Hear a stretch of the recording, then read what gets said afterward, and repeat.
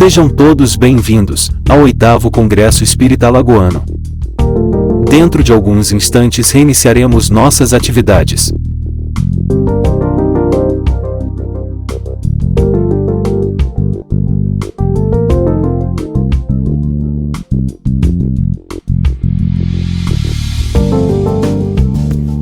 O 8º Congresso Espírita Alagoano, tendo como tema central a família.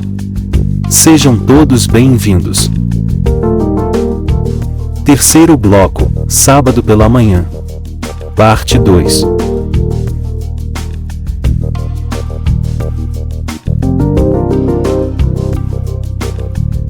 Alagoas caiu aqui, né? Por uma coisa muito simples. Na hora que definiram esse tema, família, para ser o tema central desse congresso, até por a gente estar trabalhando atualmente na área da família, se observa a necessidade, como ontem já foi até colocado pela nossa presidente, do movimento espírita brasileiro, dos outros movimentos religiosos, da sociedade em geral, está trabalhando com a família. Isso porque nós estamos num momento de transição planetária.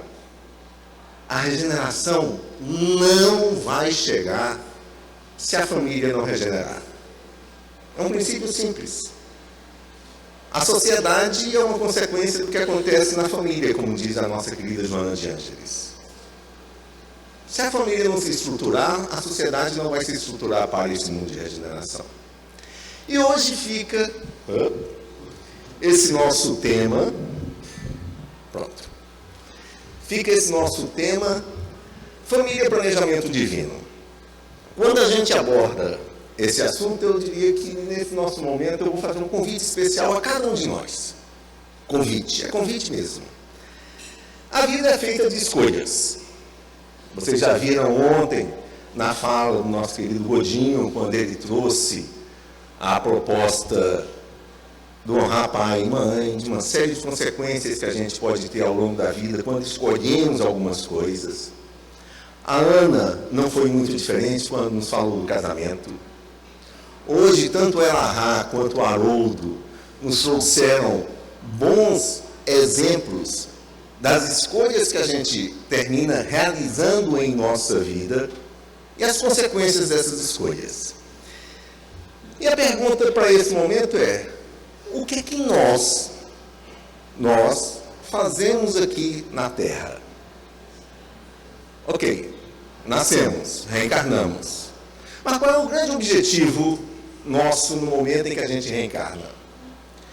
Quando a gente começa a estudar as obras do nosso querido André Luiz, e aí uma coisa que é muito interessante e talvez curiosa, que muita gente ainda não observou, é que André Luiz vejam só que interessante, todo quanto e qualquer livro de André Luiz é um livro sobre família. Já observaram isso? Estranho, né? É. Nosso lar é família.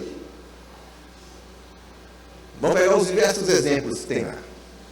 Os mensageiros, na sequência, novamente falando sobre família. Missionários da Luz, não é muito diferente, né?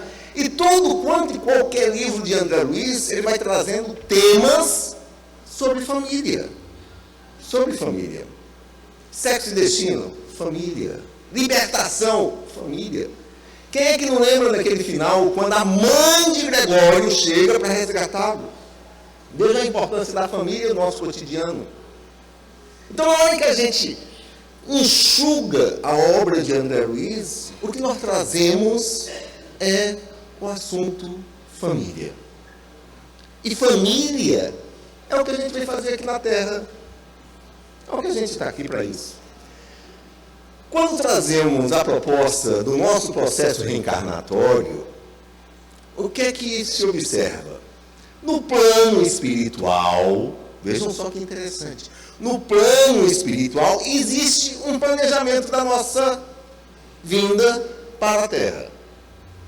Para quem tem melhores condições evolutivas, termina participando desse planejamento. Para outros que ainda não conseguem ter essa condição, os nossos amigos espirituais nos auxiliam, muitas das vezes, inclusive, determinando como é que vai ser o nosso processo reencarnatório. E nesse momento, o que é que acontece? Quem será o teu pai? Quem será a tua mãe?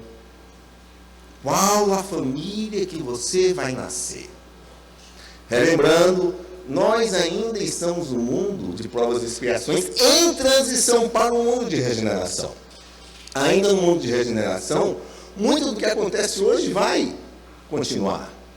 E esse processo nosso da proposta de planejamento reencarnatório é realizado o tempo todo. E nós vamos observar uma coisa muito interessante. Nas obras de André Luiz isso acontece. Quem serão nossos pais? E depois, qual a família que nós vamos constituir? Quem será a nossa esposa? Quem será nosso marido? Quem serão nossos filhos?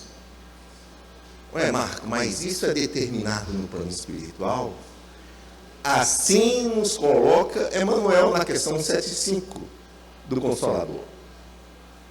A proposta da família é planejada. Ela é planejada. Lógico. Temos livre-arbítrio? Quer dizer que o fato de ter sido planejado vai ser cumprido? Não. Lógico que não. Vamos relembrar aqui, o nosso querido Alahá falou daquela família que ia ter 17 filhos. Lembra? Né? Nos dias de hoje, 17 filhos. Quem é que consegue isso? Aí a pessoa readequa o seu planejamento reencarnatório e termina tendo só 3. Marco, e os 17? Boa pergunta.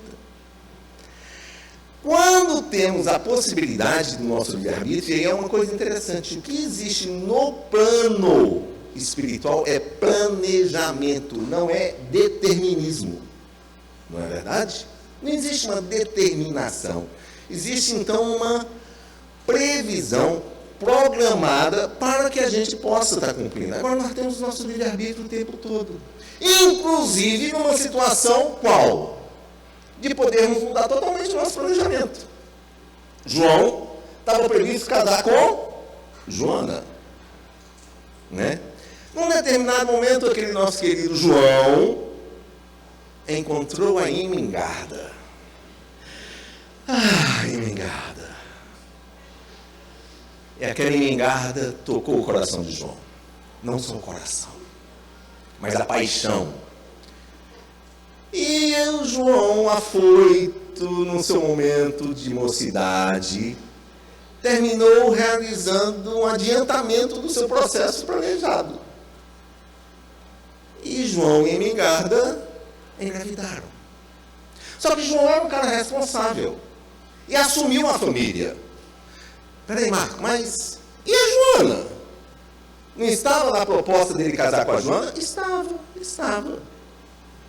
E aí? E aí que João e a Irmingarda mudaram o planejamento reencarnatório. Isso é possível. E os filhos de João com a Joana? É uma boa pergunta. Porque naquele determinado momento, quando a gente utiliza o nosso livre-arbítrio, o plano espiritual vai fazer uma reorganização do planejamento. Vai mudar.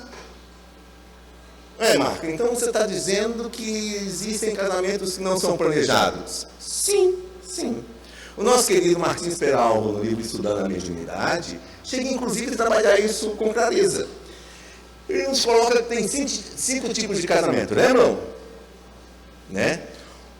E vocês vão recordar, quando o nosso querido Alahá nos trouxe no seu primeiro momento na palestra de hoje, que num determinado momento a gente termina tendo os nossos afetos livres. E com essas afeições livres, a gente começa a ter os nossos comprometimentos numa consequência futura. E o processo é exatamente esse na nossa vida. Só que, pelo livre-arbítrio que nós temos, podemos sim mudar um planejamento divino? Podemos, porque não existe determinismo. Existe um determinismo, que é qual? A nossa evolução. Disso, a gente não consegue fugir. Nós vamos evoluir, nós vamos nos tornar espíritos perfeitos. Agora, o caminho para isso depende de nós. Exclusivamente de nós. Nós determinamos como será a nossa caminhada para esse determinismo da perfeição, que isso já acontecerá um dia. E a gente termina se comprometendo ao longo da vida pela possibilidade da coisa mais linda que nós temos, que é o livre-arbítrio. As escolhas são nossas. Então João, que estava planejado casar com a Joana, terminou casando com a Ermengarda. E a Joana vai ficar de lado? Na vida de João, sim. E não tenho dúvidas. Conheço, infelizmente, casais dentro da doutrina espírita que já viraram assim: casei com a pessoa errada. E agora eu encontrei a Joana da minha vida. Desfaz a Ermengarda para voltar com a Joana. Não. Né? Meus amigos, quando a gente se compromete, diga-se passagem, aquele compromisso é para ser cumprido. É para ser cumprido. Lógico que muitas das vezes, e aí a gente vai encontrar na doutrina espírita, no capítulo 23 do Evangelho segundo o Espiritismo, quando Kardec nos traz a proposta de não separeis o que Deus juntou. O Espiritismo defende o divórcio? Não. O que a gente defende é o matrimônio, é a união. Entretanto, aceitamos e falamos que ele, muitas das vezes, é a melhor coisa que vai acontecer para que mal maior não aconteça. Mas não somos aqueles defensores, está ruim, separa. Né? Emmanuel, Joana de Anjos, André Luiz, muitos outros espíritos falam que o ideal é a gente manter aquele compromisso, porque a família tem um planejamento. Mesmo quando não cumprimos o planejamento inicial, há um replanejamento para que a gente possa desenvolver. Nessa situação, a possibilidade de separação existe? Lógico que sim. Ninguém é obrigado a ficar com algemas ao longo da sua existência. Mas lógico. Conheci um companheiro nosso do meu trabalho que ele era tão defensor, tão defensor do casamento, que ele estava no nono. Né? Ele defendia tanto o casamento que ele estava no nono casamento. E esse, né, gostava de casar. Ele falava, não, o bom é casar. Também não é assim. Né? Não é assim. A gente tem que aprender com os nossos erros, as nossas dificuldades, e no próximo momento estar burilando. Então o que é que nós estamos fazendo aqui nesse mundo? Família. O foco primordial é família, porque a família foi um planejamento divino. E para ficar firme nessa questão, vou trazer uma passagem para depois voltar a esse assunto. Esse relato é encontrado em Marcos, no capítulo 10, e em Mateus, no capítulo 19, que conta a história, e diga-se passagem, não é uma parábola. Muitas das vezes as pessoas falam assim, da parábola do jovem rico, já ouviram? Né? Jovem rico não é parábola. Por que não é parábola? Porque é uma história que aconteceu com Jesus, não foi uma história que Jesus contou. Parábola é histórias contadas. A história do jovem rico. Eis que Jesus estava saindo da Galileia para ir para os confins da Judeia, além do Jordão. E de repente, chega um jovem, se ajoelha à frente dele. Ele estava sedento pelo pão da vida, estava faminto. Vira para Jesus e pergunta, bom mestre, que farei para alcançar a vida eterna? Todo mundo lembra disso, né? E o que é que Jesus falou? Não, essa foi a segunda resposta. Jesus, no primeiro momento, virou e falou assim, conheceis os mandamentos. Ele começou a relatar os mandamentos. O jovem falou, Senhor, isso eu já cumpro desde a minha tenra mocidade.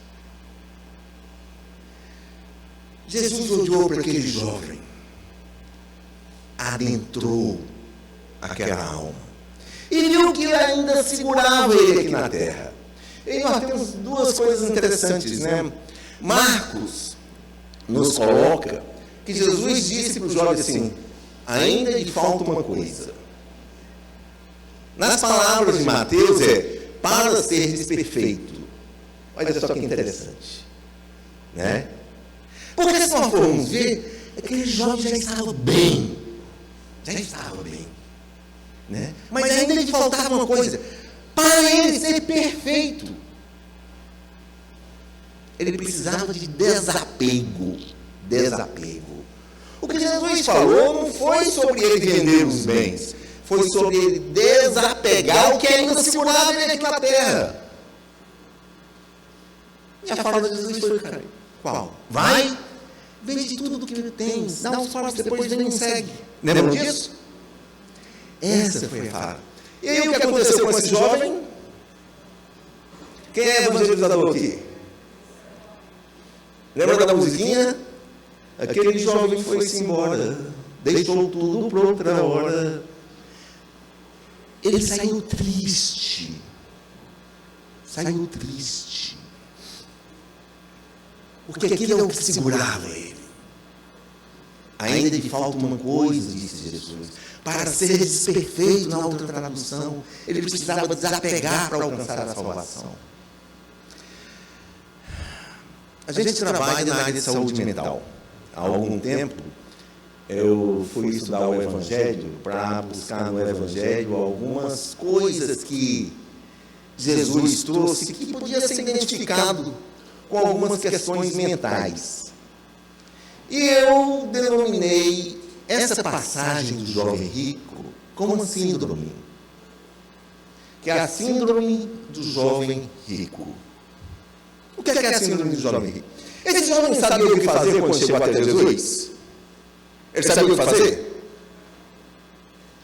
Não, ele não sabia, porque ele foi e perguntou para Jesus, ele estava lá para que Jesus pudesse esclarecer.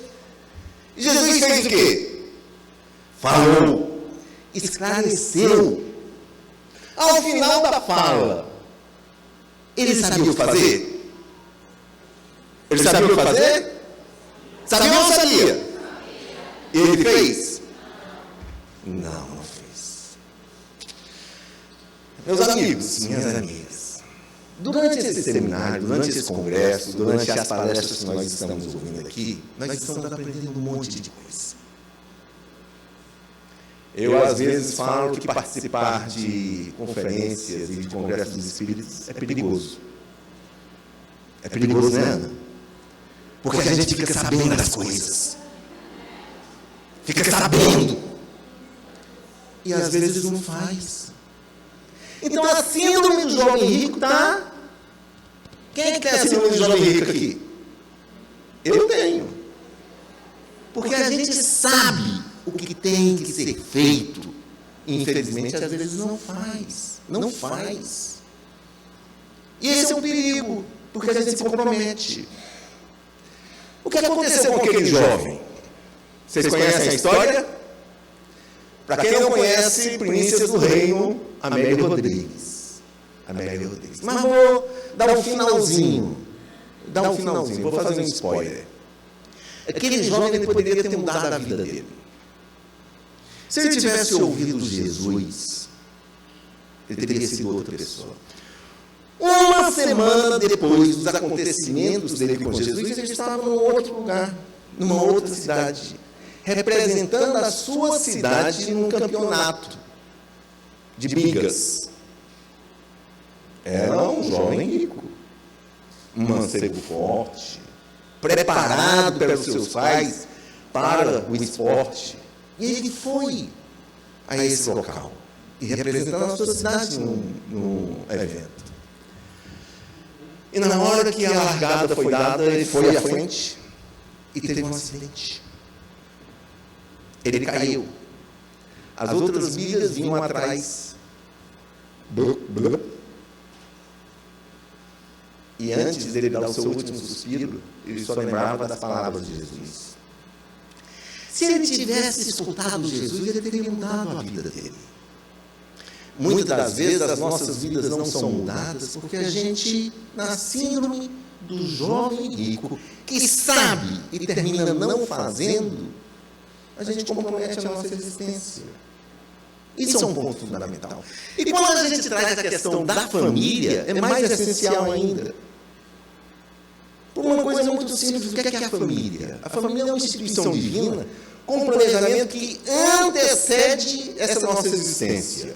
Marco, mas aquela situação que você falou do João com a Emingarda, beleza? Ele mudou o seu planejamento, mudou. Mas no momento em que ele mudou, um novo replanejamento foi feito para ele. Não tenho dúvida quanto a isso. A gente pode mudar o nosso planejamento? Pode. Pode. E aqui estou falando de uma formação de família. Como curiosidade, o nosso querido Martins Peralta, estudando na mediunidade, nos fala que esse é um dos tipos de casamento, que é o casamento acidental. Casamento acidental é o nome que ele deu para um casamento que é fora do planejamento. Os outros 4 tipos de planejamento, ou melhor, os outros 4 tipos de casamento são planejados. E um não é. Vejam só que interessante. Nós temos a possibilidade de escolha na nossa mão. E aí a gente observa claramente essa situação de poder, a todo momento, verificar, e ontem a Ana lembrou o nosso livro Vida e Sexo, quando Manuel nos fala que de todas as associações existentes na Terra, nenhuma, excetuando a família, talvez seja mais importante na sua função educadora e regenerativa. Então a família tem esse papel. Primeiro, de educação. Se nós formos ver, até pegando o princípio que o nosso querido Elahá nos colocou hoje, no início da nossa conferência, as famílias, elas iniciam o seu processo como educadoras do espírito. É a fase inicial. A gente vai se comprometendo, e aí surge a segunda função, que é a regenerativa. Porque nós vamos ter, no primeiro momento, as aglomerações por afinidade, e depois vamos ter, num outro momento, as aglomerações por situações que nós mesmos provocamos em vidas anteriores. Essa é a questão. Isso faz tudo parte de um planejamento divino. E por que é um planejamento divino nesse sentido? Nós vamos observar claramente que isso já era colocado, inclusive, nas escrituras antigas. Como assim? Vamos estar recordando que lá em Gênesis, num determinado momento, foi colocado o quê? Deixa eu só recuperar aqui a citação. Gênesis 2,18. Então o Senhor Deus declarou: não é bom que o homem esteja só. Farei para ele alguém que lhe auxilie e lhe corresponda. Nessa fala, nós vamos observar claramente a proposta de quê? Família. Até no texto bíblico a gente observa que a proposta da família é trazida por Deus. Em que a pessoa não tem que estar vivendo sozinho. Não tem que estar vivendo numa situação de solidão. No outro momento, Deus, na questão da Gênesis, no Velho Testamento, é colocado: por essa razão o homem deixará o seu pai e a sua mãe, e eles se tornarão uma só carne. Interessante, né? A matemática divina. 2 se transforma em 1. Esse 1 é o quê? Família, casal. Quer dizer que desses 2 somem? Não. E aí é muito interessante, né? Porque vai ser 1 em 1, na verdade serão 11, mas continua sendo 1 em 1. Não é 1 em 1, é 2. 1 em 1, 11. 11. Mas esse 1 em 1 ainda continua sendo. Ontem a Ana falou muito claramente: a gente não perde a nossa individualidade, a nossa personalidade depois de casado. Mas nós formamos uma outra, que é o casal, é a família. A junção desses 2 termina gerando isso claramente no nosso dia a dia. E na questão 756 do Livro dos Espíritos, Kardec nos traz essa situação. A vida social está em a natureza? A vida social está em a natureza? Certamente, respondem os espíritos. Deus fez o homem para viver em sociedade. Não lhe deu inutilmente as palavras e todas as outras faculdades necessárias à vida de relação. Se nós temos todas essas capacidades, é para a gente não se isolar. E não tem, e aí é muito interessante, né? Na questão 385 do Livro dos Espíritos, nós temos a resposta que o objetivo maior da nossa reencarnação é o nosso aperfeiçoamento. Nós estamos aqui para poder evoluir. Evoluir. A gente não evolui em conjunto. A gente evolui individualmente. Mas como assim? Cada um é responsável pela sua evolução. Cada um é responsável pela sua evolução. A sociedade, ela pode evoluir? Pode. Mas a evolução da sociedade é porque cada membro está evoluindo. Ninguém aqui é responsável pela evolução do outro, nós somos responsáveis pelo nosso processo evolutivo. Isso cabe a cada um de nós. E quando a gente traz isso para a família, eu colocaria que a família é o melhor personal trainer para o nosso espírito. É o melhor personal trainer para o nosso espírito. É aquela pessoa que na juventude, mocidade, ou até mesmo na vida adulta, estava vivendo sozinho, e de repente começa a pensar em formar uma família. E entra na vida do outro, o outro entra na sua vida, e começam a ter as dificuldades. Que bom! E por que bom? Que bom não é sorvete não, tá? Na questão 913 do Livro dos Espíritos, Kardec nos traz uma coisa muito interessante. Que o egoísmo é a maior chaga da humanidade. O que é que a família faz? Começa a lapidar esse egoísmo que a gente tem no nosso dia a dia. Olha só que planejamento divino lindo, lindo. Porque em família a gente começa a abrir mão. Às vezes o marido não abre mão para a esposa, dependendo da situação, a esposa não abre mão para o marido. Deveriam. Né? Mas daqui a pouco começa a aparecer os filhos. Não tem como. Não tem como. Está lá a Ivete. É isso mesmo. E ainda marca o neto depois, né, Ivete? Aqui, ó. Né? A gente vai lapidando a questão do egoísmo.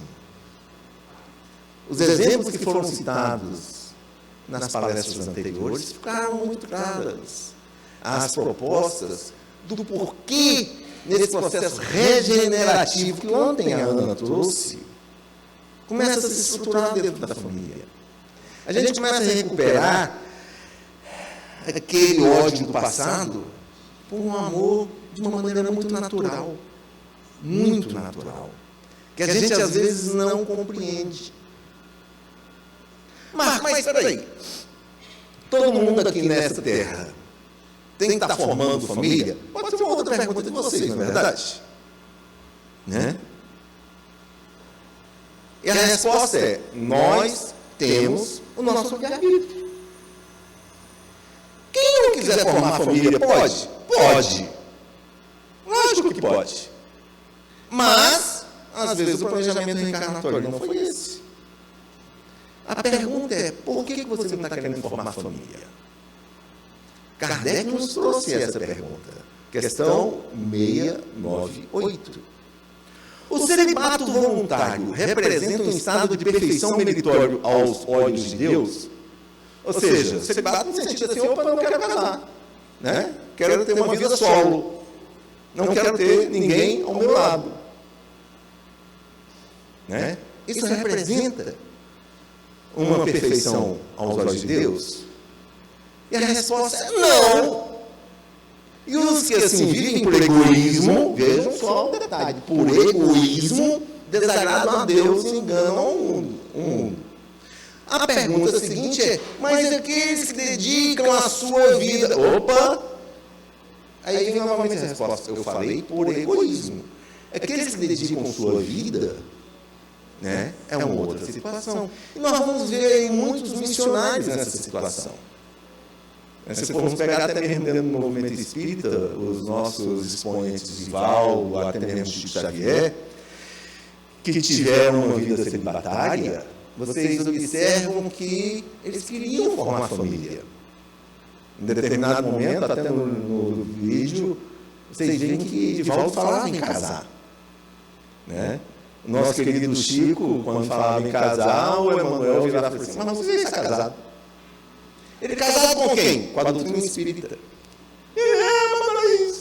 Mas você teve até filhos. Tive filhos? Teve, os livros. Esses filhos eram netos.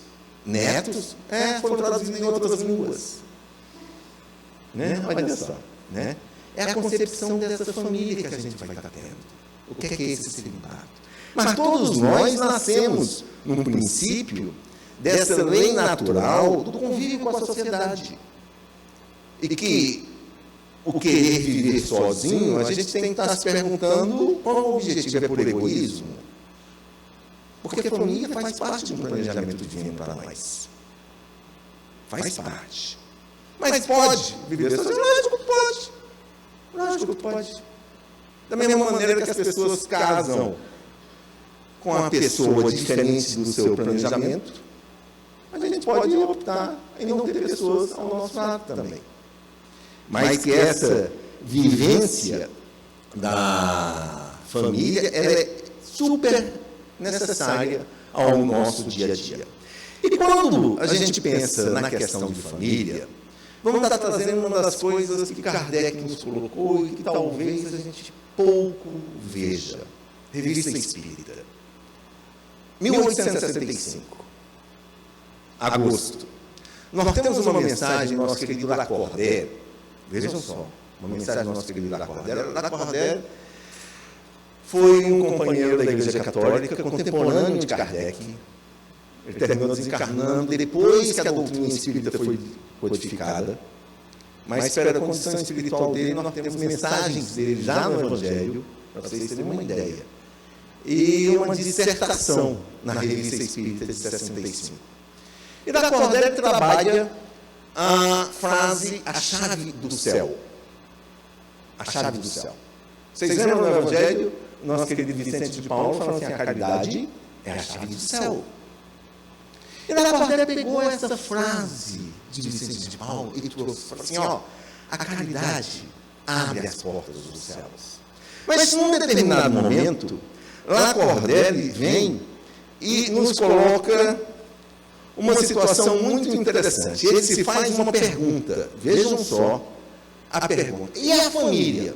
O que será dela? Nós estaremos quites com essa nossa família, desde que socorramos esses ditos pobres? Vejam só que interessante. Ele se provoca como uma pergunta. E ele mesmo responde a pergunta que ele se faz. E a resposta é muito curiosa, porque ele diz, não, evidentemente que não. Porquanto, desde que reconheceis a necessidade de trabalhar, de despojar pelos pobres, trata-se de fazer uma escolha e estabelecer uma hierarquia. Opa, peraí, que história é essa? A gente aprendeu na doutrina espírita que fora da caridade não há salvação, não é verdade? A doutrina espírita veio trazer um paradigma novo para a gente. E agora vem alguém dizer que a caridade ela tem que fazer escolha, tem que estabelecer hierarquia? Como assim? Como assim? Sim. Kardec nos trouxe isso. Kardec nos trouxe. Vejam a primeira escolha que Lacordaire nos dá. Ora, vossas mulheres, vossos maridos e vossos filhos são os primeiros pobres deveis atender. Olha só que interessante. O primeiro degrau da hierarquia da caridade é quem? Esposa, marido e filhos. Segundo, antes e depois. E por que antes e depois? Porque pode ser que tenha alguém que ainda não tenha esposa, marido e filhos. Mas o segundo degrau, que pode até ser o primeiro, são os autores dos vossos dias, os que vos alimentaram e guardaram, os que protegeram vós nos seus primeiros passos e guiaram a vossa adolescência. Vosso pai e vossa mãe merecem a vossa solicitude. Olha só que interessante. Esposa, maridos e filhos, pais e mães. Terceiro degrau da hierarquia que Kardec nos dá para fazer a caridade.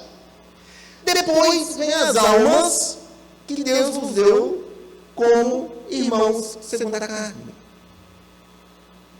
Os nossos irmãos. Marco, mas lá corda ele fala isso porque ele não sabe e não conhece meu irmão. Meus queridos, se Deus colocou aquele irmão contigo, é porque você tem que acertar com ele. Jesus já falava isso para a gente, né? Acertai as coisas com o teu irmão enquanto estás a caminho. Ou seja, não procrastine isso para a próxima vida, não, resolva agora. E a gente, às vezes, fica feliz da vida num determinado momento da nossa história, quando forma a nossa família e fala assim, ufa, sai de casa, agora não tem mais nada a ver com aquele irmão. Esquece dele. Só que a proposta doutrinária não é essa. A gente tem que ser caridosos com os nossos irmãos, porque se ele nasceu na nossa família, é porque tem algo a ver. A gente tem que estar acertando. E muitas das vezes, diga de passagem, o nosso querido Richard Simonetti nos traz isso, que o problema pode ser que não seja nele, mas em mim. E a gente fica jogando o problema para o outro, quando na verdade eu sou problemático na história. Vamos lá? Primeiro degrau, esposa, marido e filhos. Segundo degrau, nossos pais. Terceiro degrau, nossos irmãos. Quarto degrau, os amigos do coração. Olha só que interessante, né? Nossa família espiritual. Se nós formos ver até agora, na Cordélia falou da caridade, família. Os três primeiros da nossa família consanguínea e o quarto, família espiritual, são os amigos que a gente vive, que já está no nosso coração. E quantas vezes nós falamos assim, minha amiga, você é tão forte para mim, que eu considero você melhor do que a minha família de verdade, porque a minha família não está nem aí. Opa, peraí. Queria que você fosse minha irmã. E por que ela não é irmã? Porque ela está dentro do seu coração. Os outros são necessários ainda estarem na sua família consanguínea para você trazer eles para cá. É essa a diferença. E é onde a gente tem que atuar em primeiro lugar. Em primeiro lugar. Quinto.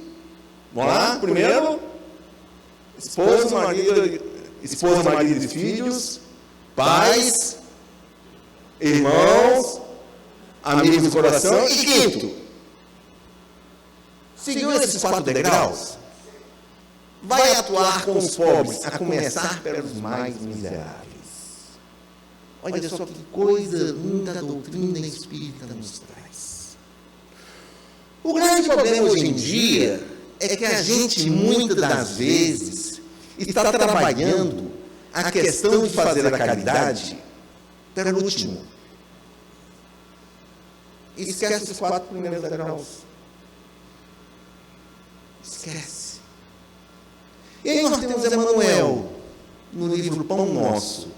Anotem aí, lição 117 do livro Pão Nosso. Que essa é uma lição para a gente chegar em casa hoje, procurar na internet, pegar o livro, ler, porque eu só vou pegar um trechinho dele. Né? É intitulado Em Família. Em Família. Emmanuel diz o seguinte: a luta em família é problema fundamental da redenção do homem na Terra. benfeitores de 100 ou 1000 pessoas se ainda não aprendemos a servir 5 ou 10 criaturas?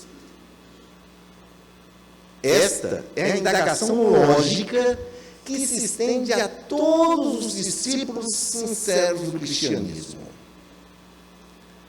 É impossível, diz Emmanuel, é impossível auxiliar o mundo quando ainda não conseguimos ser úteis nem mesmo a uma casa pequena, aquela em que a vontade do Pai nos situou a título precário. E ele termina essa lição dizendo: antes da grande projeção pessoal na obra coletiva, aprenda o discípulo a cooperar em favor dos familiares. Porque muitas vezes a gente quer salvar o mundo lá fora e não está nem aí para a nossa família. Relembrando, a nossa família é a razão de nós estarmos aqui. Aprenda, então, o discípulo a cooperar em favor dos familiares, convictos de que semelhante esforço representa realização essencial. Ao final da nossa existência, e muitas vezes a gente trabalha com pacientes terminais, eles, ao terem a ideia de que talvez lhes sobrem poucos dias de vida, não pensam, doutor, será que não consigo mais um mês? Eu estou com dinheiro guardado na poupança que eu preciso gastar. Eles não falam isso. Doutor, eu estou terminando uma casa, eu queria morar nessa... Não é isso que eles vêm na memória. Nesses pacientes terminais, quando vem a morte se aproximar, o que pairam em suas mentes são os compromissos familiares realizados, desfeitos e problemáticos ao longo da existência. Doutor, será que eu não conseguiria mais uns dias? Porque meu irmão, há 20 anos eu briguei com ele, nunca mais o procurei. Preciso fazer as pazes com ele. É a fala de um moribundo, às vezes. É aquela filha, doutor, que eu pus para fora de casa quando ela engravidou, porque ela destroçou a minha família. Não sei como ela está. O que vem à mente das pessoas ao final das suas existências é família. Família é plano divino. Nós estamos aqui por conta da nossa família. Síndrome do jovem rico. Vocês estão sabendo o que fazer. Façam. Acerte as coisas com o teu irmão enquanto estás a caminho. É a fala de Jesus para cada um de nós. Vamos aproveitar esse planejamento divino que foi colocado em nossas mãos e voltar para o mundo espiritual felizes, porque aproveitamos a oportunidade da família que Ele nos deu. A nossa família é o melhor presente, por mais difícil que ela seja, é o melhor presente que temos hoje em nossas mãos. Aproveitem esse presente. Fiquem com Deus e até uma próxima oportunidade.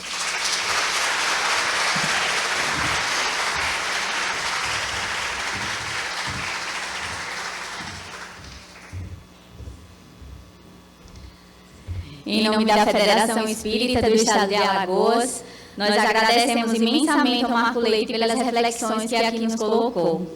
E mais uma vez, nós lembramos aos amigos para que preencham a ficha de avaliação que se encontra no material entregue para que possamos, da melhor forma possível, juntos, avaliarmos o nosso 8º Congresso Espírita.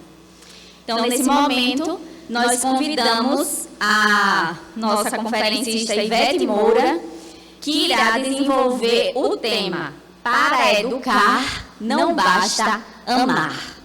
A Ivete Moura é natural de Canhotinho, no Pernambuco, divulgadora da doutrina espírita por diversos meios.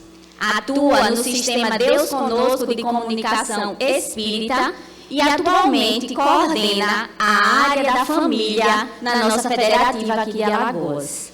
Tem um livro publicado intitulado Páginas de Vida.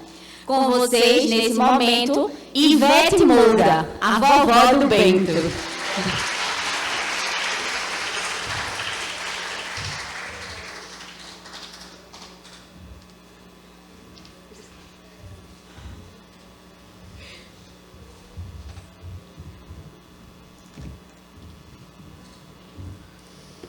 Ela me disse que ficava constrangida com essas mini-biografias tão peculiares.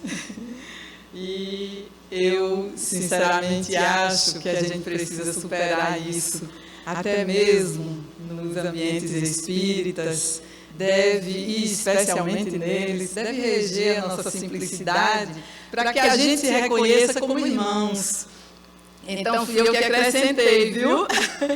Fui eu que acrescentei, sim, a avó do Bento, porque eu achei que eu tinha ganho o título mais importante do mundo quando me tornei mãe. E aí, eu vi nesse título uma possibilidade fantástica de mudar o mundo. Como jovem idealista que fui, eu tinha esse anseio de fazer a diferença, mas entrei no jornalismo, comecei a atuar, e foi exatamente no jornalismo que eu percebi que a gente não tinha muito poder de mudar muita coisa, não. Mas quando me tornei mãe, eu percebi o quanto nós tínhamos o poder de atuar no mundo e fazer esse mundo um ambiente melhor, um ambiente diferente. Mas achei que tinha ganho o maior título e, de repente, que surpresa, agora sou avó. E esse é ainda maior, porque além da responsabilidade, né, Marco? Além da responsabilidade, vem o tempo mais largo, vem a alegria de ser aquela que senta no chão só para brincar. E um dia minha filha reclamando, mãe, não está vendo que ele está fazendo isso ou aquilo? Eu disse, minha filha, deixa eu ser avó. Deixa eu ser avó, a responsabilidade é sua. É lógico que, como mãe educadora que fui, serei sim uma avó educadora também.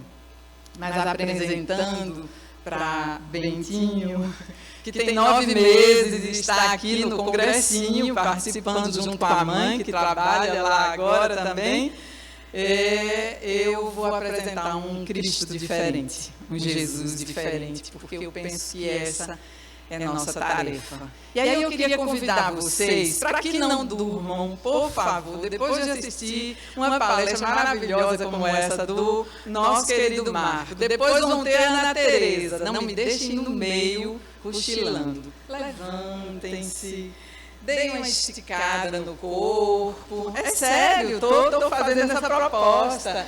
Deem uma esticada no corpo.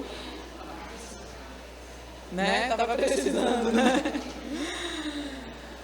Mas, agora silenciem. Olhem para a pessoa do lado. E nessa pessoa do lado, encontrem um par. Eu vou pedir a vocês, assim, encontrou, a Ana já encontrou ali. Encontrem um par, e esse par, conhecido ou não, eu vou pedir que façam silêncio, porque esse é um momento sério. Agora nós vamos nos aprofundar. Eu vou pedir às meninas do tempo que marquem para mim 1 minuto. Porque eu quero que vocês, nesse momento, de frente uns para os outros, escolham quem vai ser o adulto e quem será a criança. Nós somos muito barulhentos. Vamos lá, pessoal. Respira, respira, respira. Respira. Respira e só com o olhar, sem dizer uma palavra, o adulto olhe para esse outro que escolheu nesse momento ser a criança e transmita para ela que ela é bem-vinda, que ela é muito amada, que ela está segura do seu lado e que ela vai poder contar com você sempre.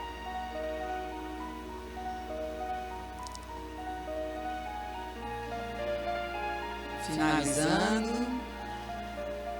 Agora podem se sentar. Obrigada.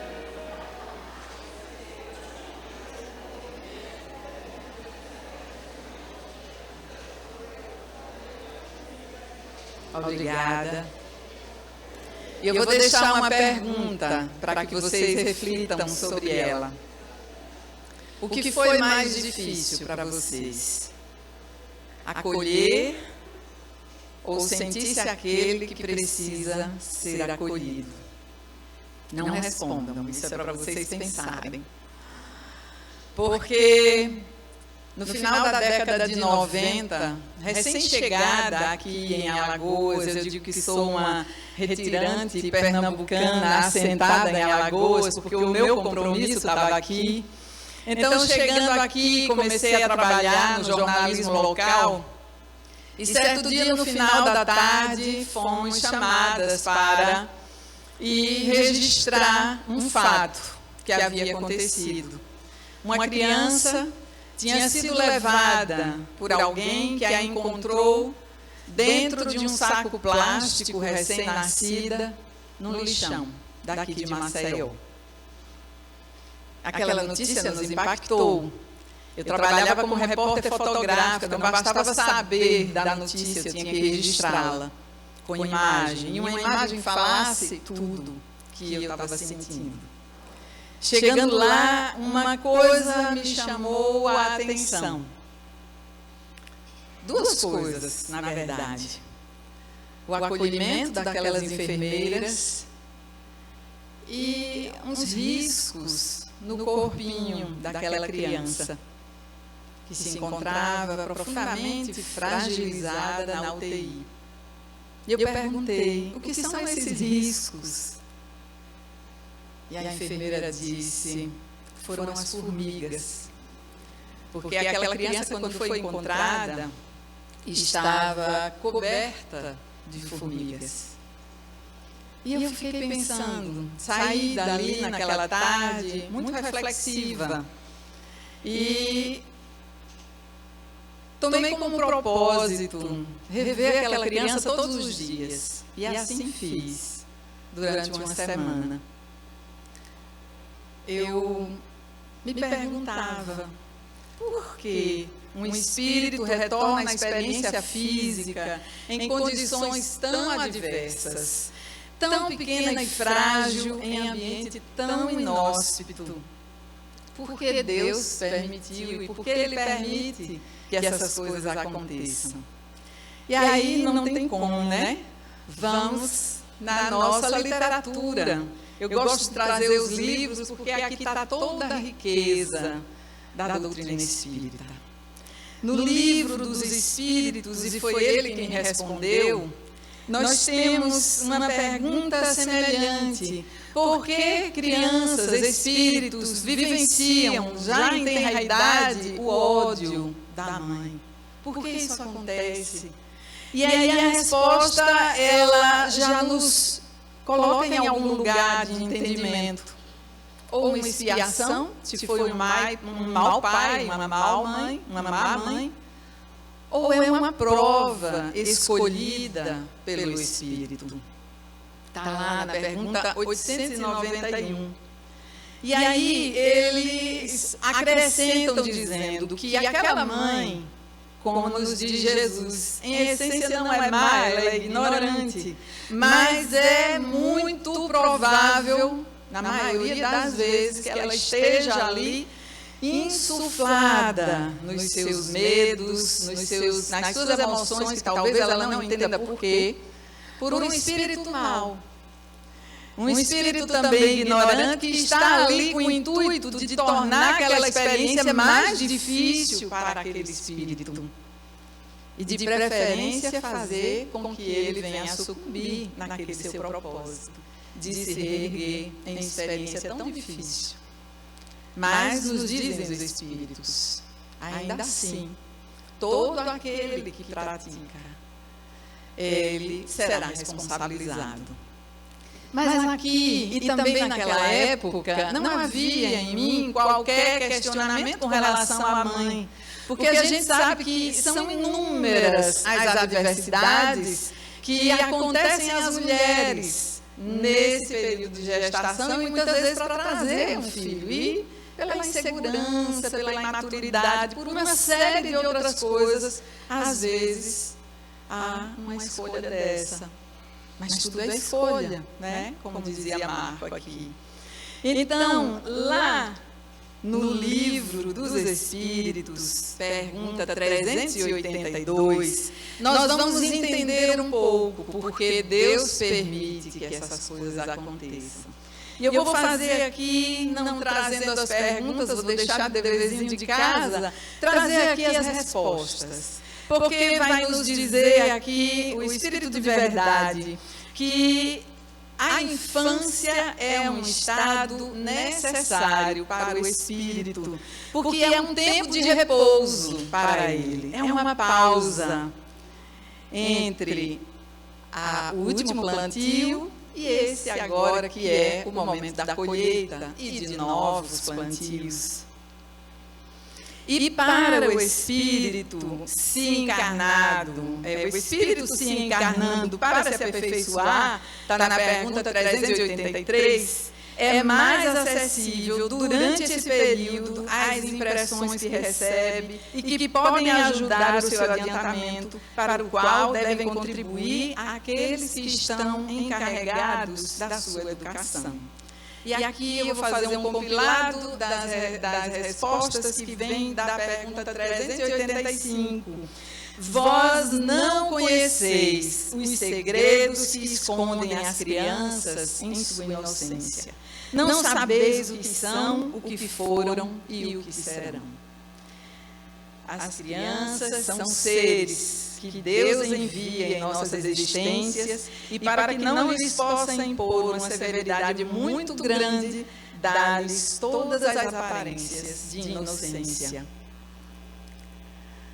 A fraqueza de pouca idade os torna flexíveis, acessíveis aos conselhos da experiência e daqueles que os devem fazer progredir. É quando se pode reformar o seu caráter e reprimir-lhes as más inclinações. Tal é o dever que Deus confiou aos pais, missão sagrada pela qual deverão responder.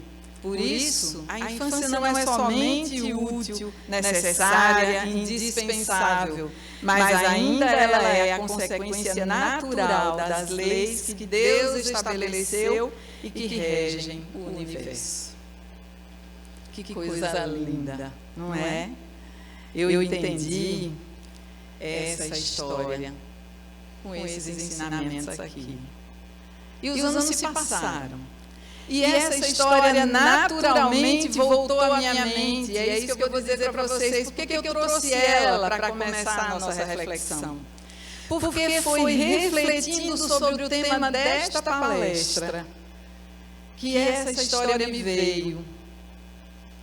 Como que por acaso, de repente, ao acordar, alguns dias atrás. Para educar, não basta amar. Isso me inquietou. E eu vou trazer essa inquietação para vocês, para que a gente construa um pensamento conjunto. Porque nós vamos elencar desta frase aqui 2 palavras e vamos trabalhar sobre elas: educar e amar. Eu entendi que aquela experiência para o espírito que estava naquele corpinho frágil, todo lanhadinho, foi um divisor de águas. E percebi então que essa era a sua grande necessidade. Tudo o que ele precisava naquela existência era ter contato com o amor. E parece uma contradição que venha num ambiente, numa situação tão difícil. Mas às vezes nós somos assim. Precisamos sentir a falta para entender o quanto importa. Para entender o valor de uma família, para entender o valor do acolhimento. Abandonado pela mãe num lixão, quase devorado vivo pelas formigas dentro de uma sacola plástica. Um anjo o acolheu e o levou à maternidade Santa Mônica, num bairro aqui próximo, onde ele foi acolhido com muita amorosidade pelas enfermeiras, adotado por inúmeras mães que ali estavam aguardando o momento de receber o seu filho nos braços. E foi inclusive batizado pelas enfermeiras daquele lugar, com o nome de um papa que estava visitando o Brasil naquele ano, João Paulo II. O bebê João Paulo só precisava disso. Aquele espírito que habitou aquele corpo em uma semana. Porque voltando lá na sexta-feira, e eu estava com as emoções tão à flor da pele, fui surpreendida com a resposta. Ele já não está mais aqui. Aquele espírito precisava conhecer o amor, experimentá-lo, senti-lo na carne, para validar a sua existência.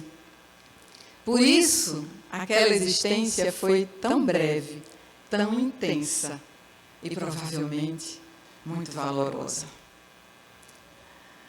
Citando Pestalozzi, o grande educador espírita Walter Oliveira Alves, de Araras para o mundo, declara nessa obra aqui, que eu tive a alegria e eu agradeço às organizadoras desse congresso por esse tema, porque fui revisitar umas obras que eu já tinha passado, mas fazia muito tempo, quando minhas filhas eram pequenininhas. E essa foi a primeira obra que eu li, Educação do Espírito, de Walter Oliveira Alves. E ele vai trazer aqui, na página 122, que o amor se desenvolve pelo próprio ato de amar. O pensamento pelo próprio ato de pensar, enfim. A criança aprende, ou seja, o espírito evolui, vivendo, sentindo, agindo, participando das experiências naturais da vida, vivendo um ambiente estimulador de suas qualidades interiores. Todos nós, de alguma forma, trazemos dentro de nós essas sementes. E ele faz uma analogia interessante, Pestalozzi e o Walter Oliveira Alves, falando a respeito, ele diz que a criança, em um ambiente adequado, verá germinar suas qualidades superiores. E ele diz que é como se fosse uma semente colocada às margens de águas fertilizantes. Essas águas que vão fertilizar, representam as criaturas que eles cercam, os pais, os professores, os amigos, as atividades e o ambiente geral que lhes cerca, de vibrações estimulantes das qualidades superiores. Recebendo o estímulo superior, suas qualidades superiores acordam, ressurgem do estado de latência, imprimindo-se no espírito para sempre. Esse é o processo de educar. Para Pestalozzi, a educação é o desenvolvimento natural, progressivo e harmonioso de todos os poderes e faculdades do ser. A moral é o fim supremo da educação.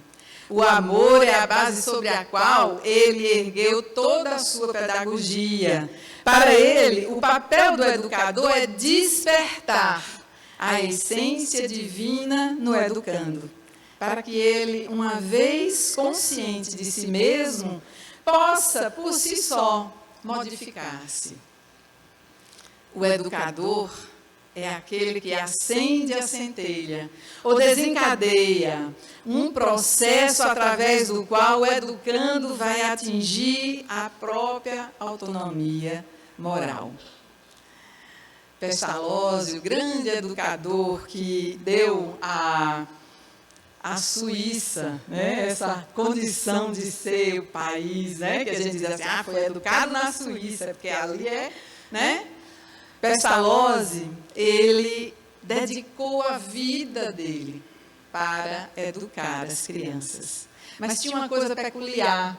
Ele educava não apenas com palavras, com lições, mas educava como se fosse um pai.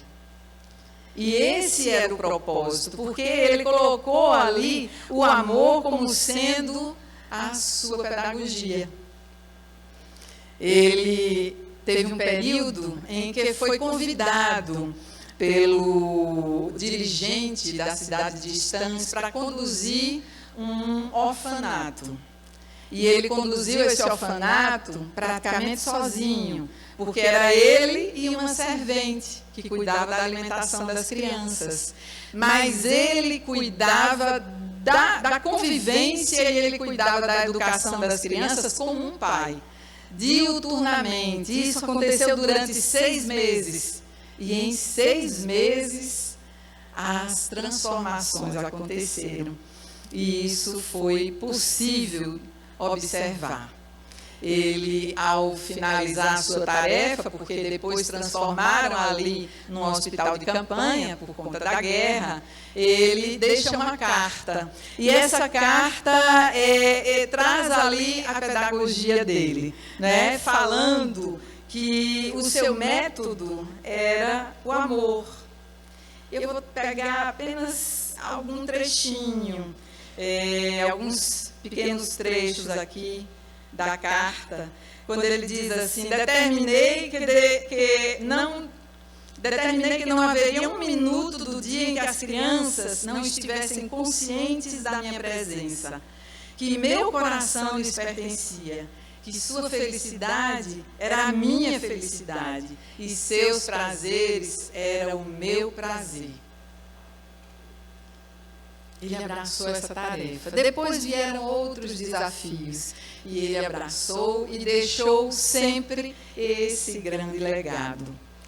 E o interessante é que Pestalozzi foi um professor do nosso querido Rivail. E o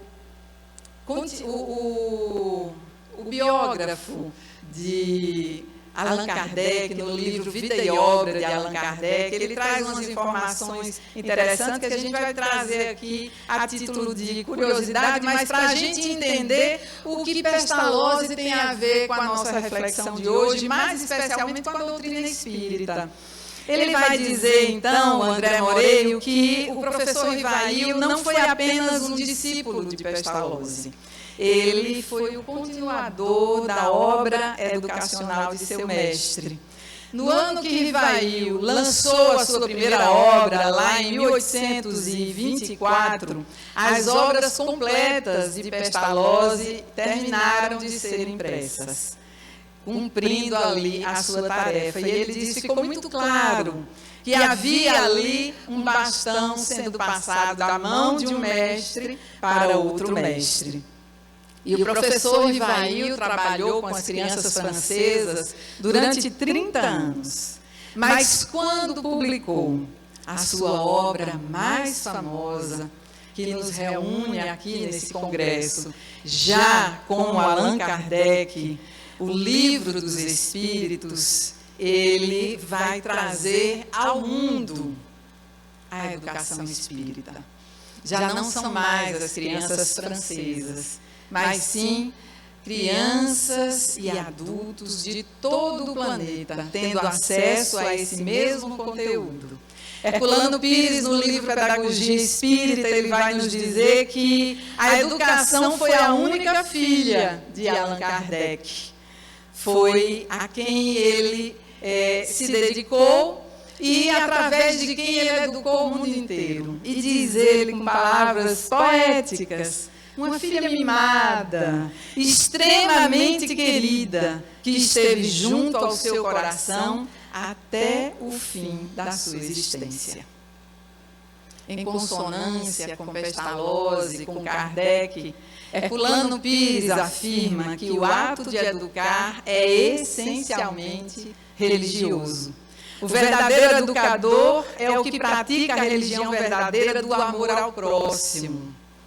A educação procura integrar o ser, que ele chama de ser interexistente, em desenvolvimento na condição humana, elevando-o ao plano superior do espírito. E isso não acontece fora dos princípios do Evangelho. Não tem como. Porque Jesus é o educador por excelência. Não à toa, ele foi chamado de diversos nomes, só aceitou um: mestre. Que ele disse: isso eu sou. Lázaro, o espírito Lázaro, no Evangelho segundo o Espiritismo, ele diz, falando sobre a lei de amor, que o amor resume inteiramente a doutrina de Jesus, porque é o sentimento por excelência. E desde o primeiro até o último, nos diz Fenelon, possuís no fundo do coração a chama desse fogo sagrado. Então, quando nós nos ocupamos de educar, não estamos passando nada para o outro, estamos, de alguma forma, dando a ele as condições, com o nosso comportamento, com a nossa ação dia a dia, para que ele desabroche o que já traz em germe. E aí vem um questionamento: de que forma nós estamos experimentando o amor? Que tantas outras coisas estamos chamando de amor, que absolutamente não são. Carência, posse, ciúme, dependência, culpa, ambição, sexo, que tantas outras coisas nós chamamos de amor. Um amor pequeno, um amor que nós interpretamos de forma equivocada, tirando como parâmetro muito mais as nossas deficiências do que as nossas potencialidades. Estamos fazendo da experimentação do afeto, do cuidado, da amorosidade nas nossas relações interpessoais uma experiência pífia, amando com amor xoxo, no dizer nordestino, apequenado, cheio de senões, cheio de condições, um amor com A minúsculo.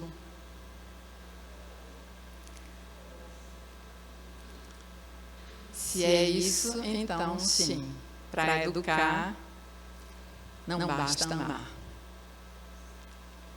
Nós precisamos superar essas etapas primárias da aprendizagem do amor, permitindo-nos alçar voos maiores em nossa capacidade de amar, até atingirmos o amor-doação, como nos apresentou Jesus. Esse amor maior, amor com A maiúsculo, ele está no nosso cotidiano. Diz o nosso querido Alberto Almeida, olha eu fazendo aqui a propaganda de novo, o Amor Pede Passagem, uma obra maravilhosa, está no nosso cotidiano.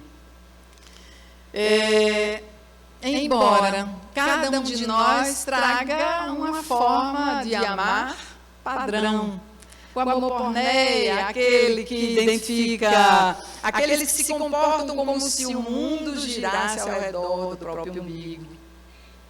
é muito característico na infância, mas há muito adulto ainda se comportando assim. Inclusive nas suas relações como pai, como educador, como avó.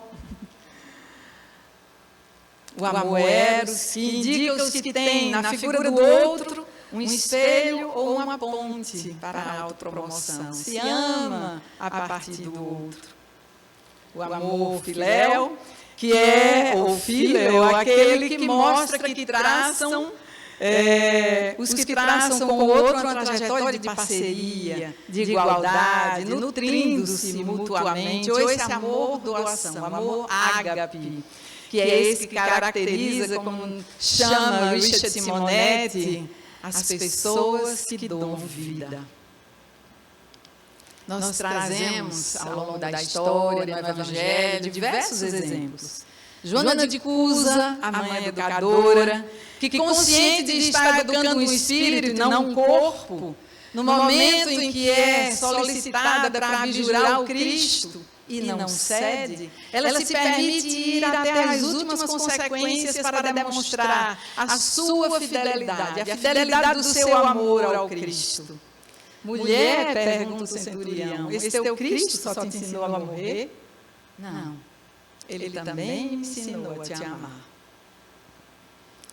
Madre Teresa de Calcutá, a mãe dos desvalidos, que ao desencarnar já existia mais de 100 mais réplicas do seu trabalho em mais de 100 países. Mas ela nunca se preocupou com isso, porque para ela o outro era sempre aquele que estava caído diante de si. E tinha uma frase que ela utilizava que me inquietou por muito tempo. Para instigar a que nós alcançássemos essa condição. Ame até doer. Ame até doer.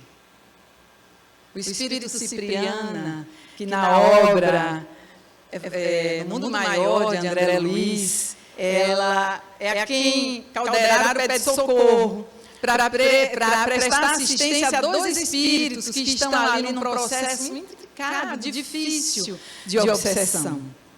E Calderaro diz: se o conhecimento auxilia por fora, só o amor socorre por dentro. Praza a Deus, André, possamos também aprender a amar, adquirindo o poder de transformar corações. E Maria de Nazaré, a mãe das outras mães, aquela a quem nós recorremos nas horas de agonia, que nos ensinou a meditar com o coração e nos tem repetido nos refolhos da alma com amorosa recomendação: fazei tudo o que ele vos disser. Meus irmãos, quantas coisas Jesus nos disse e nos tem dito. Mas ele também diz: deixai vir a mim as criancinhas, não as impeçais. E aqui fica uma pergunta para todos nós, para que a gente possa levar. Como nós podemos conduzir as nossas crianças, os nossos jovens a Jesus, sem apresentar a Ele, ao grande educador, o educador divino, a nossa criança interna, para que Ele também faça desabrochar em nós os germes desse amor com A maior. Não, meus irmãos, para educar não basta amar, é verdade, com A minúsculo, com interesses escusos, criando dificuldades em nome de diversas coisas. O amor que é apego, que prende o filho ali do lado. O amor que vai dizer: não posso ir hoje para o meu trabalho, eu estou aqui com meus netos.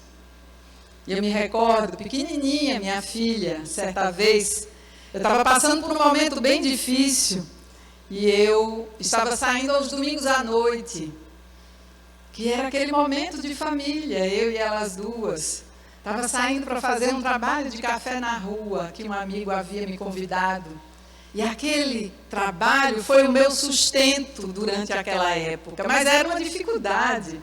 Saí no domingo à noite, do ambiente do lar, do contato ali com as filhas. E certa vez eu saindo, minha filha abraçou-se minhas pernas e disse assim: mamãe, não vá, fique. E eu olhei para ela, travei uma luta aqui dentro de mim. Me abaixei, fiquei na sua altura e disse: minha filha, se você me ama de verdade, nunca mais diga isso. Diga, mamãe, vá. E isso, de fato, nunca se repetiu.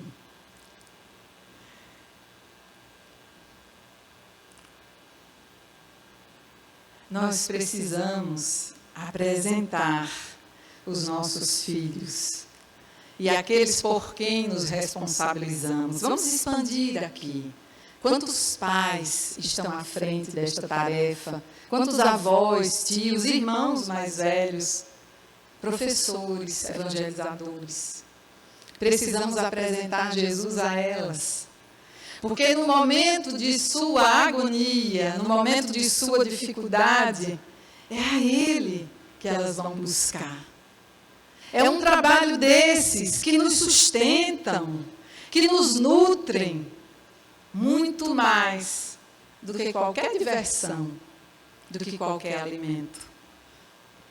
Precisamos, porque nós expomos os nossos filhos a muitas coisas. Nós expomos os nossos filhos ao mundo. Por que esses pudores de expor os nossos filhos a Jesus? Mas não é apontando, faça isso porque estou mandando. É mostrando, com exemplo, com a disposição interna. É os acolhendo no momento de fragilidade e de rebeldia também. Compreendendo que nós passamos por todo esse processo. É preciso que nós deixemos-nos permear pelo amor que nos apresentou o Cristo. Conhecê-lo, experimentá-lo, senti-lo na carne, como aconteceu ao Espírito, beber João Paulo. E como nós experimentamos aqui, naquela pequena abertura que fizemos. Pelo menos alguns, tenho certeza, em breves instantes. Para que o egoísmo esmaeça no coração dos homens, diminua mais e mais até se extinguir, e as potências da alma das nossas crianças e também as nossas possam brilhar ao infinito. Porque, como assevera esse grande educador, que educava também com sua presença, não apenas nos livros, com sua presença, com sua atuação, junto aos filhos e aos evangelizandos, Walter Oliveira Alves, que desencarnou há poucos anos, ele diz: somente o sentimento superior pode servir de estímulo ao desenvolvimento do potencial superior que trazemos em latência dentro de nós. Ao vibrarmos amor, nosso sentimento atinge as crianças que nos cercam, envolvendo-as em energia superior, que lhes aquece o germe divino, propiciando condições para o seu desabrochar. Porque foi isso que fez o Cristo para conosco. Todos aqueles que conviveram com o Cristo, depois da sua partida, ficaram desnorteados, mas começaram a sentir saudade desse amigo, desse pai, desse irmão, desse mestre.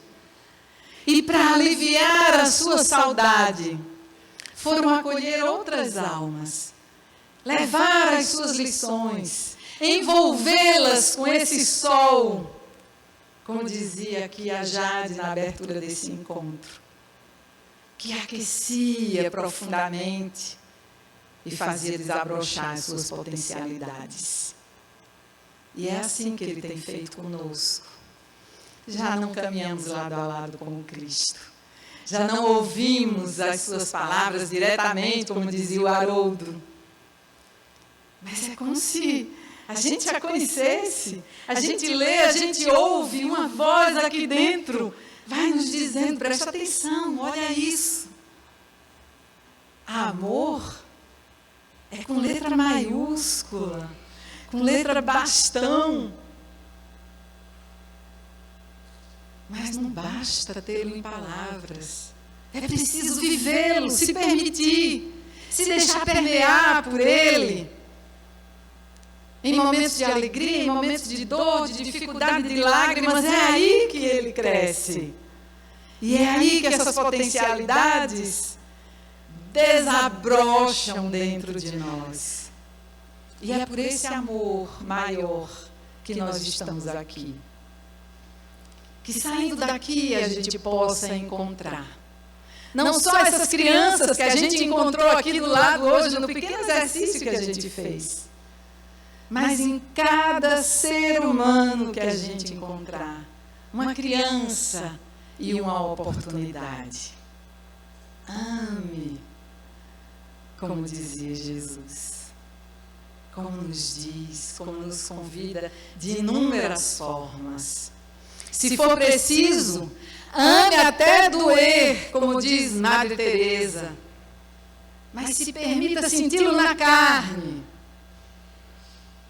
sem esperar troca, porque esses anos todos, com tanto investimento e com amor tão grande, o que temos devolvido para Jesus?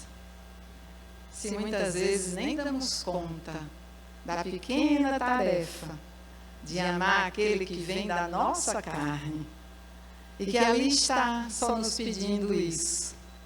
Um espaço interno dentro de nós. Um berço no nosso coração. Para que ele se sinta acolhido.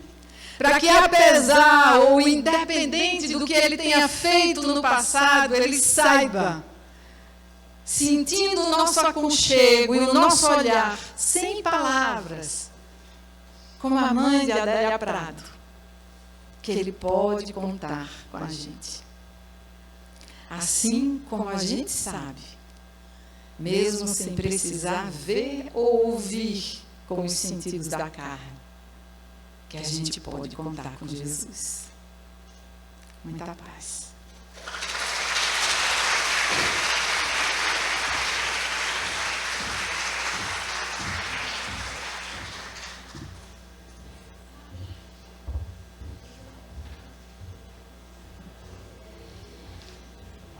Em nome da Federação Espírita do Estado de Alagoas, nós agradecemos a Ivete Moura pela tão inspirada fala e reflexão.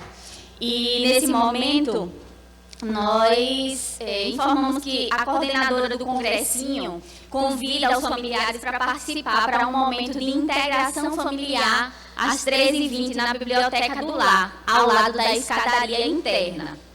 Informamos também que teremos um momento de autógrafos com a conferencista Ana Teresa Camasmi e também com Haroldo Dutra durante o intervalo no período da tarde. Então, nesse momento, nós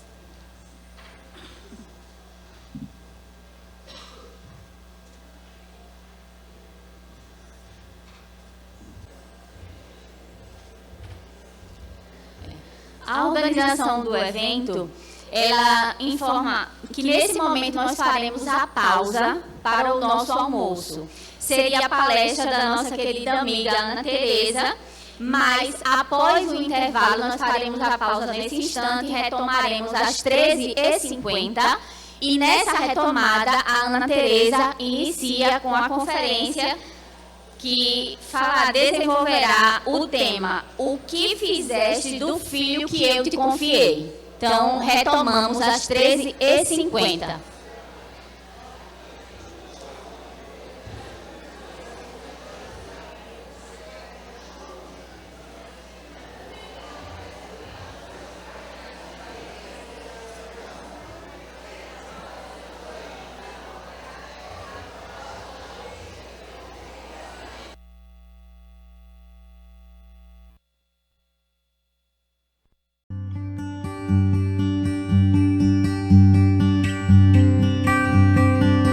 TV União Espírita de Maceió. União e solidariedade.